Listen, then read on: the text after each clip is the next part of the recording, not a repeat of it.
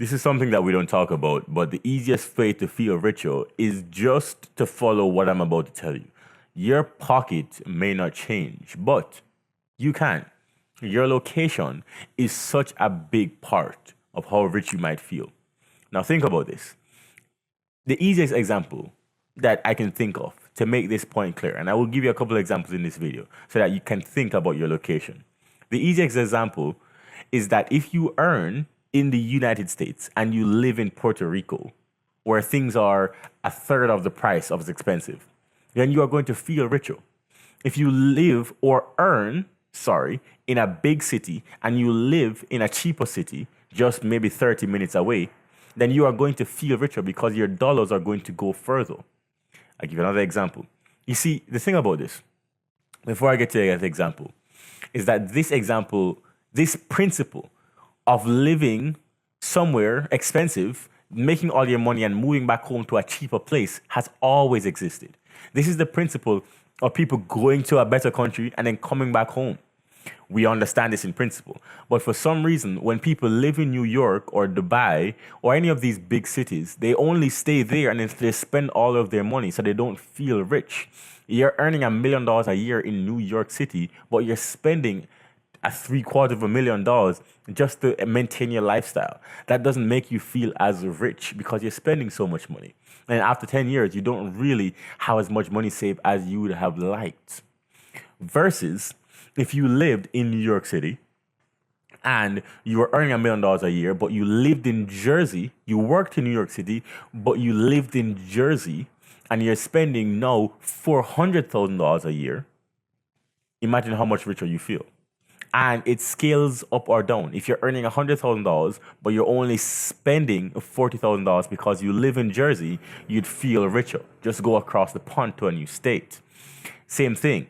If you can earn in US dollars and work for a US company, but live in the Philippines, but live in Guyana, but live in Jamaica, but live in Trinidad, but live in South Africa, you are going to feel a lot richer because it's not rocket science. If everything around you is less expensive and you're earning in a stronger currency, then you're going to feel richer. And people underestimate how much that can dramatically change your life. Remember, you don't get points for doing things the hard way. You only have one life. You are responsible for how much you enjoy the time that you have here. You may be thinking, in 20 years, I'm actually going to be happy. In 20 years, I'll have enough saved. But in that 20 years is actually the time that's passing that you should be enjoying. So then your obligation is to make your plan to get to whatever point that you think will make you happy as quickly as possible. Don't delay it by 20 years by just staying in New York City and working from your 25 until you're 45. Because when you're 45, guess what? You are going to wish that you were 25 again because you would play it differently. And I hope that this video reaches someone because it's such an important topic. You have to actually realize that if you just switch locations by the end of this year, you might actually have an entire different life next year. You may be thinking to yourself, why did I not switch sooner? Why did I delay this for so long? That's what might be going through your head, and you spent so much time. Think about this. I'll give you one last example. Your zip code in America gives you access to more or less funding depending on where you're from. Now, understand, redlining is illegal. You can't redline a zone by race. That's illegal. However, redlining by zip code, completely legal. Which means that if you are in a particular zip code with an average income of X, they can use the average income of that zip code to determine how much credit they're going to give to you. Which means that if you are in a more expensive zip code and you're hanging around in a more expensive zip code, you can get access to more money from the bank. Just because they assume that the average income from this vicinity is actually more than another zip code. For example, I'll give you this scenario.